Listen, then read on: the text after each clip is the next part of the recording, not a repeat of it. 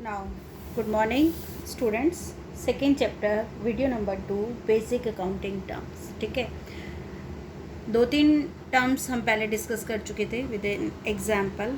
Now अब start कर रहे हैं हम ड्राइंग. हम पढ़ चुके थे कैपिटल क्या होती है, हम पढ़ चुके थे एंटिटी क्या होती है, लायबिलिटी क्या होती है, इन सब के बारे में हम डिस्कस कर चुके थे. ठीक है, नाउ ड्राइंग्स. अब ये ड्राइंग नया वर्ड है आपके लिए. ड्राइंग क्या होता है? हमने एक एग्जांपल लिया था कि सुनीता ने एक बिज़नेस स्टार्ट किया. किसके नाम से स्टार्ट किया? ABC के नाम से स्टार्ट किया.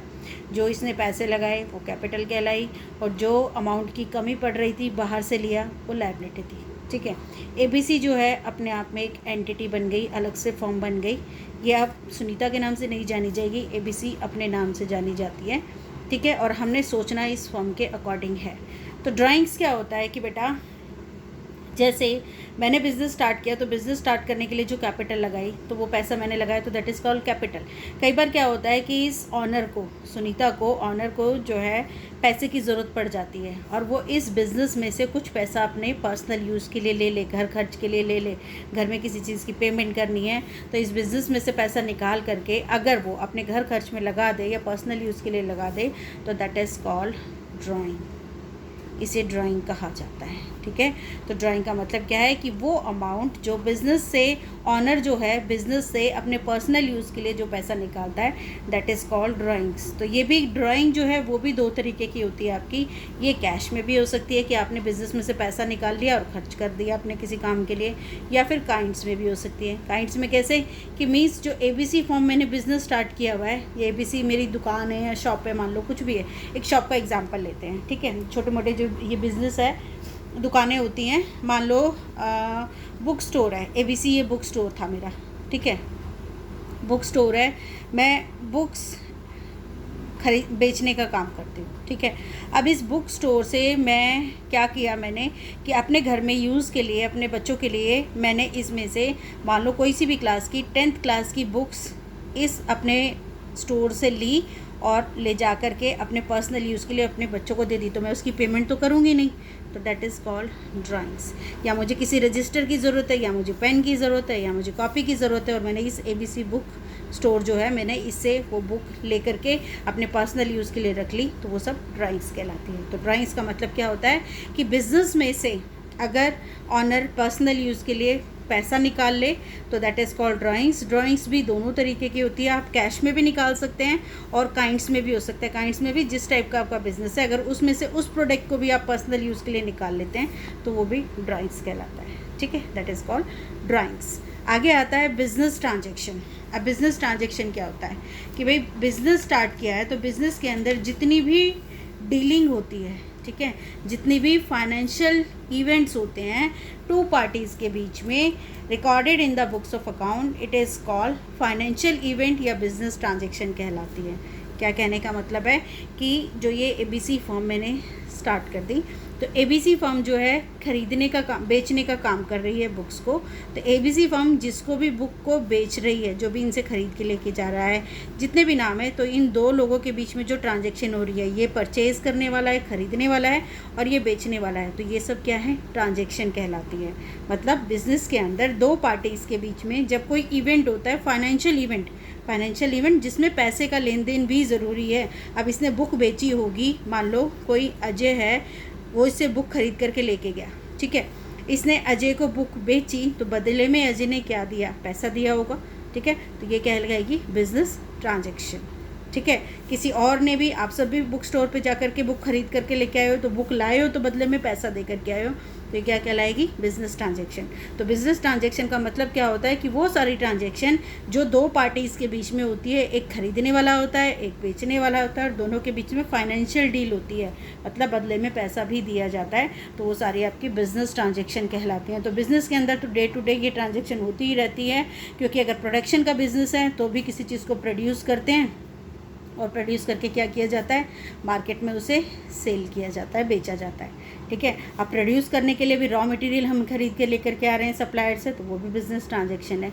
तो बिज़नेस ट्रांजैक्शन का मतलब कि दो पार्टीज़ के बीच में जब कोई डीलिंग होती है, किसी गुड्स और सर्विसेज का लेन देन होता है, बदले में फाइनेंशियल इवेंट के साथ में पैसे के लेन देन में, सारी बिज़नेस ट्रांजैक्शन कहलाती है. क्लियर?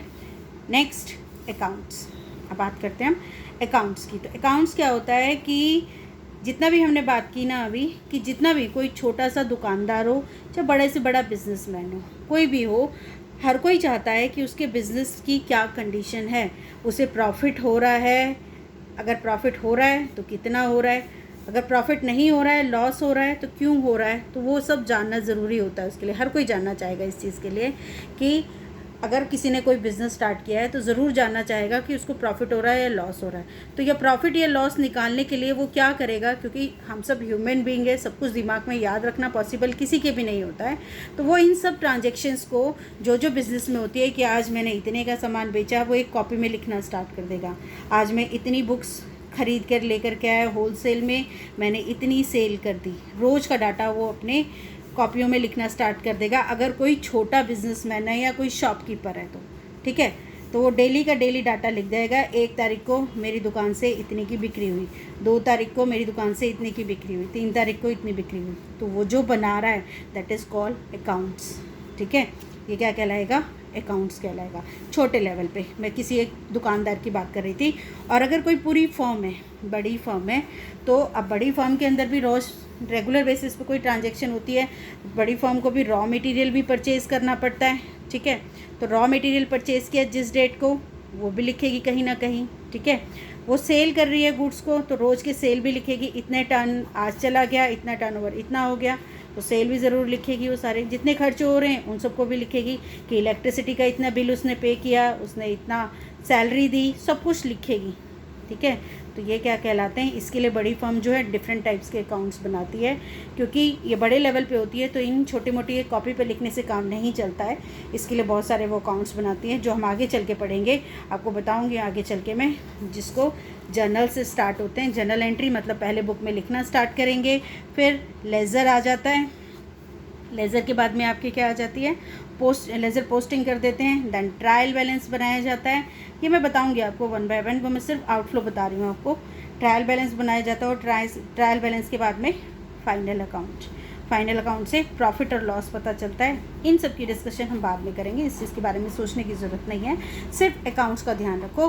अकाउंट्स की हम बात कर रहे थे, तो अकाउंट का मतलब क्या है कि जो भी बिज़नेस आप कर रहे हैं, उन सब बिज़नेस के अंदर जितनी भी फाइनेंशियल जितनी भी ट्रांजेक्शन होती है, उनको आप किसी भी बुक के अंदर लिखते हैं तो वो अकाउंट बन जाता है। छोटे बिजनेसमैन हैं तो रजिस्टर बना रहे हैं तो उनके लिए वो अकाउंट है। और बड़ी फर्म है, ठीक है, कोई बड़ी फर्म है तो अपनी रोज़मर्रा की जितनी भी उसकी डीलिंग होती है, सेल और परचेज़ की, या जितनी भी एक्सपेंसेस वो बियर कर रही है, वो जितना भी लिखती है तो वो अपने बड़े अकाउंट में अलग टाइप से लिखती है, तो वो भी उसके अकाउंट्स है। तो that is called account. Last इसका आज की वीडियो का last topic is proprietor. Proprietor कौन होता है, ये ऑनर को ही कहा जाता है। ठीक है, ऑनर जो बिज़नेस स्टार्ट कर रहा है, बिज़नेस में पैसा लगा रहा है, बिज़नेस में कैपिटल लगा रहा है, दैट इज़ कॉल्ड प्रोप्राइटर। वो बिज़नेस का प्रोप्राइटर या ऑनर कहलाता है। फॉर एग्जांपल जैसे मैंने अभी लिया था कि सुनीता ने बिज़नेस स्टार्ट किया ABC फर्म के नाम से, ABC बुक स्टोर के नाम से, तो सुनीता कौन हो गई, that is called proprietor. Clear बेटा। तो 4 चीज़ हमने डिस्कस की इसमें, drawings, business transaction, accounts and proprietor. ठीक है, इनसे थोड़ा सा वन बाय वन आप फेमिलियर होते चले जाएंगे तो आपके लिए इजी हो जाएगा। बुक का भी कंटेंट आपके पास बुक है तो बुक में से भी ये ज़रूर पढ़ना, अच्छे से क्लियर हो जाए। तो ज़रूर इसको आगे नेक्स्ट वीडियो में इससे आगे वाले जितने भी टॉपिक्स हैं हम उनको डिस्कस करेंगे।